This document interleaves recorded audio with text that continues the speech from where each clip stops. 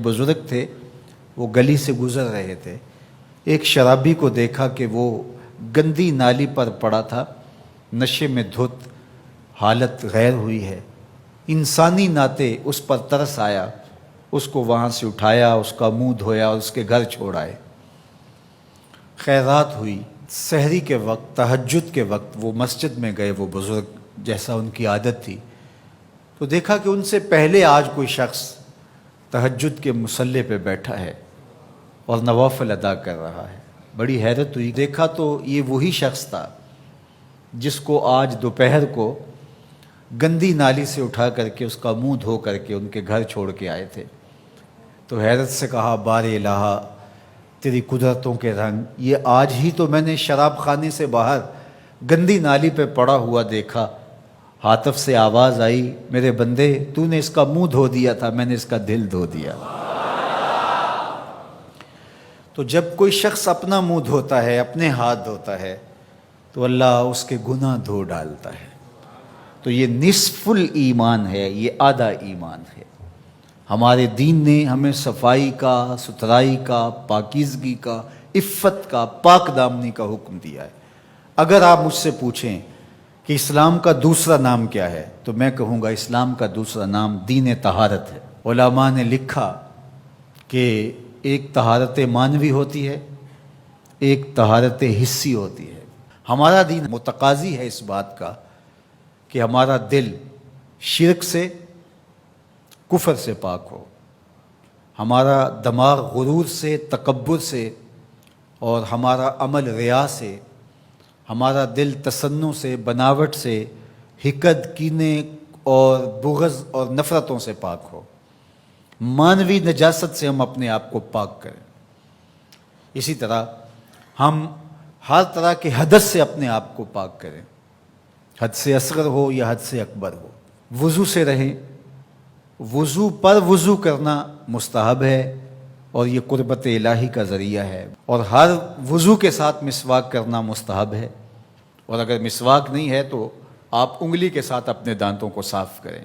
غسل واجب ہو وہ تو کرنا ہی کرنا ہے، لیکن روزانہ کی بنیاد پہ صفائی حاصل کرنے کے لیے غسل کیا جائے، مستحب ہے۔ نماز کے لیے آپ کے لباس کا صاف ہونا بھی شرط ہے، آپ کے جسم کا پاک ہونا بھی شرط ہے، حد سے اکبر اور حد سے اصغر سے پاک ہونا بھی شرط ہے، اور جہاں کھڑے ہو کے نماز پڑھ رہے ہیں اس جگہ کا پاک ہونا بھی شرط ہے۔ مجھے بتائیے کوئی ایسا پاکیزہ دین آپ نے دیکھا ہے؟ اس سے بڑھ کر کیا کہ جب تم اس دنیا سے رخصت ہونے لگے اور تمہارے بدن کو مٹی کے سپرد کرنے لگے، اور وہ بدن مٹی کھا جائے گی، لیکن کہا کہ اس کو بھی ذرا غسل دے کے بھیجو، اس کو چٹے لباس کا کفن دے کے بھیجو۔ یہ وہاں پیش ہو رہا ہے تو پاکیزہ بدن کے ساتھ۔ تو یہ ہمارا دین ہے جو ہمیں صفائی کا، ستھرائی کا حکم دیتا ہے۔ اپنے ماحول کو پاک رکھیں، ماحول کو ستھرا رکھیں۔ دنیا کے اوپر بسنے والی قومیں جب ترقی کی راہوں پہ گامزن ہوتی ہیں تو وہ ان چیزوں کا بہت خیال رکھتی ہیں۔ ہم جب ترقی کی راہوں پہ گامزن تھے تو اس وقت ہماری ستھرائی کی، ہماری پاکیزگی کی، ہماری عفت کی مثالیں دی جاتی تھیں۔ جب پیرس کی گلیوں میں کیچڑ تھا، بغداد عروس البلاد کہلاتا ہے۔ آج مسلم دنیا کے شہروں کی کہانی دیکھ لیجئے، کہا جاتا ہے فلاں ایشیا کا گندہ ترین شہر ہے، فلاں دنیا کا گندہ ترین شہر ہے۔ اپنے اطراف میں پھیلی ہوئی گندگیاں دیکھیے، گھر سے شاپر میں گندگی ڈال کر کے اپنے ہی گھر کے دروازے پہ پھینک کے ہم سمجھتے ہیں ہم نے گھر کی صفائی کر لی، تو وہی پھر پاؤں سے، گاڑی کے ٹائروں سے لگ کے پھر ہمارے اندر جا رہا ہوتا ہے۔ ہمارے دین نے تو ہمیں یہ کہا، اگر کوئی راستے میں گری پڑی چیز کو جو گزرنے والوں کے لیے رکاوٹ بنے، اس کو اٹھا کے ہم پھینک دیں تو یہ جنت کے راستے کی ضمانت بن جاتی ہے۔ اور ہم نے 8 فٹ کی گلی میں 3 فٹ کی تھڑی پکی ڈال دی، ہم نے جنریٹر باہر لگا دیا، ہم نے گھر کی موٹر باہر لگا دی۔ اگر ہمارے گھر کے پاس کوئی خالی پلاٹ موجود ہے تو وہ گندگی کا ڈھیر بن گیا ہے۔ گھروں کے اندر ہزاروں اخراجات ہیں لوگوں کے، 20، 25، 30 ہزار روپیہ ماہانہ خرچہ تو عام گھر کا ہے، لیکن جو عمرا ہیں 2-2، 4-4 لاکھ روپے اب ان کا ماہانہ خرچہ ہے۔ تو جہاں اتنا خرچہ ہر بندہ اپنے گھر میں کر رہا ہے، تو صرف 1-1 ہزار روپیہ ڈال کر کے اپنی گلی کی صفائی کا اہتمام نہیں کر سکتا؟ اپنے چھوٹے سے محلے کی صفائی کا اہتمام نہیں کر سکتا؟ اگر وہ کر لے تو 1,000 روپے اس کو بجلی کا بل بچ جائے، وہ جو روز دھوتا ہے اپنے گھر کو اور یہی گندگی پاؤں سے لگ کے اندر جا رہی ہوتی ہے، اگر محلہ صاف ہوگا تو یہ نہیں جائے گی، اس کا اپنا فائدہ ہے، اس کا 1,000 روپیہ پھر بھی بچ جائے گا۔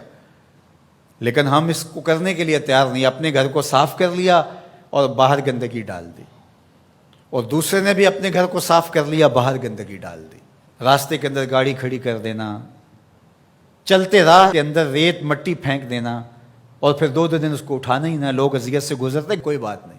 کس طرح کا معاشرہ بن گیا ہوا ہے؟ کس طرح بندہ گوارا کرتا ہے کہ اس نے سڑک پہ موٹر سائیکل کھڑی کی ہوئی ہے اور پیچھے ٹریفک رکی ہوئی ہے، اور وہ مزے سے جو ہے وہ اندر سے کلفی لے رہا ہے، کوئی اور چیز لے رہا ہے، اور لوگ ہارن بجا رہے ہیں، وہ کہتا ہے بہ جو تنو آگے لگی ہے، وہ کہتا ہے جی اس نے بھی تو روکا ہوا تھا، مجھے کیا ہے؟ عجیب کہانی ہے بھائی۔ کیا یہ ایک مسلمان کا طریقہ ہے؟ یہ تو ایک اچھے انسان کا طریقہ بھی نہیں ہے۔ مسلمان تو اس سے اوپر والے درجے کا شخص ہوتا ہے۔ اچھا انسان ہونا بہت بڑی بات ہے، اچھا مسلمان ہونا تو اس سے بڑی بات ہے۔ تو ہم سوچیں کہ جو ہمارے تیور، لچھن، طرز زندگی، انداز معاشرت ہے، وہ ایک اچھے مسلمان ہونے کی تو دور کی بات، اچھے انسان ہونے کی بھی نہیں ہے۔ تو ہمارا دین صفائی کا دین ہے، ہمارا دین پاکیزگی کا دین ہے، ماحول کی پاکیزگی سے لے کر ذات کی پاکیزگی تک، ظاہری پاکیزگی سے لے کے باطنی پاکیزگی تک، خیالوں کی پاکیزگی سے لے کے سوچوں کی پاکیزگی تک، طرز زندگی کی پاکیزگی سے لے کر انداز معاشرت کی پاکیزگی تک، ایک صالح، پاکیزہ، خوبصورت اور ستھرا معاشرہ تشکیل دینے کے لیے مجھے اور آپ کو کردار ادا کرنا چاہیے، اور ہمیں اپنے حصے کا کام کرنا چاہیے۔ چیزوں میں ترتب ہو، خوبصورتی ہو، نظم ہو، اور کسی کے لیے قذر کا، تکلیف کا، نقصان کا، پریشانی کا سبب اور ذریعہ نہ بنے۔